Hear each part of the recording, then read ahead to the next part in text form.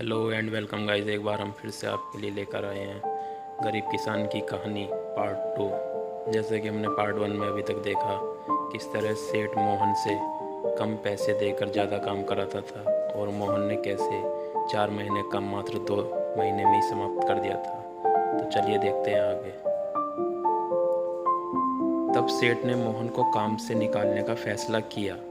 एक बार सेठ को ये विचार भी आया कि इतना मेहनती आदमी शायद दोबारा ना मिले, लेकिन फिर उसने सोचा कि जब अगले साल काम आएगा तब उसे फिर से नौकरी पर रख लेंगे।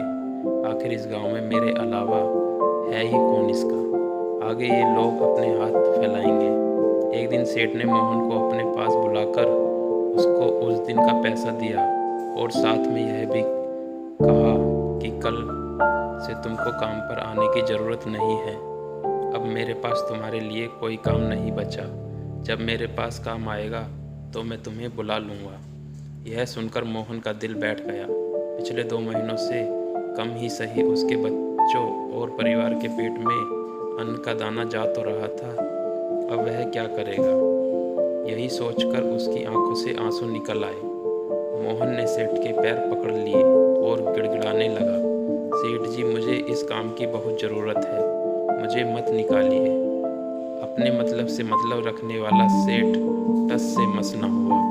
उसने खरी खोटी सुनाकर मोहन को वहाँ से चलता कर दिया और मन ही मन 2 महीनों की तनख्वाह बचने से खुश होने लगा। अगले दिन जब सेठ सवेरे उठा और अपने आंगन में आया तो उसने देखा कि मोहन उसके आंगन में बैठा है।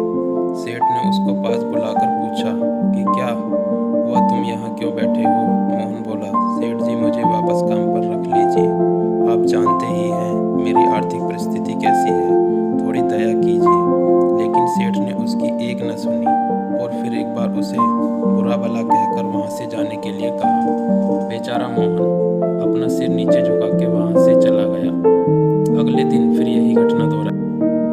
मोहन फिर सेठ के आंगन में बैठा था।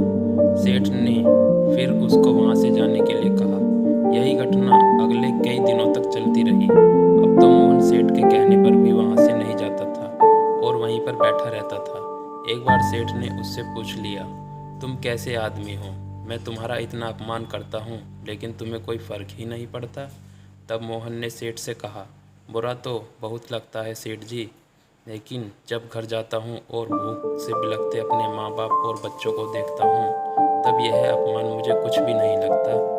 इतना सब कुछ होने के बाद भी सेठ का दिल जैसे पत्थर का बना हुआ था। उसने मोहन को अभी तक काम पर नहीं रखा और ना ही उसका ऐसा करने का कोई इरादा था। एक दिन सेठ ने सोचा कि कुछ दिनों के लिए और किसी गांव में चला जाता हूँ ताकि मोहन से पीछा छुड़ा सकूँ।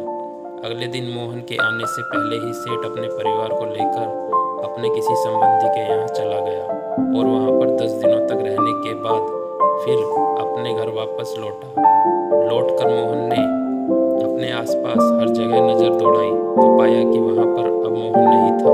सेठ ने सोचा, तेरी तरकीब काम कर गई, लगता है मोहन से अब पीछा छूट गया है। हालांकि अब सेठ के द्वार पर मोहन नहीं बैठा था, लेकिन मोहन का विचार अभी भी सेठ के मन में घर कर बैठा था। सेठ सोच रहा था, मोहन इतनी जल्दी हार मानने वाला आदमी तो नहीं दिखता है, इसके साथ क्या हुआ होगा, क्या उसे कहीं कोई और काम मिल गया होगा या फिर और कुछ। इन विचारों ने सेठ को बेचैन कर दिया और आखिरकार सेठ को मोहन की खबर लेने के लिए गांव में जाना पड़ा। सेठ को मोहन का पता नहीं मालूम था, इसलिए आस पड़ोस के अन्य किसानों से पूछने पर पता चला कि मोहन घायल हो चुका है और अपने घर पर आराम कर रहा है। सेठ ने जब उसके घायल होने का कारण लोगों से पूछा तो सेठ को पता चला कि जब सेठ अपना घर छोड़कर किसी और गांव में गया था तब बंद घर देखकर कुछ चोर उसके यहाँ चोरी करने आए थे,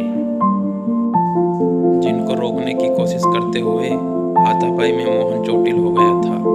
अब सब जानने के बाद सेठ का पत्थर का दिल भी अब मोम की तरह पिघल गया।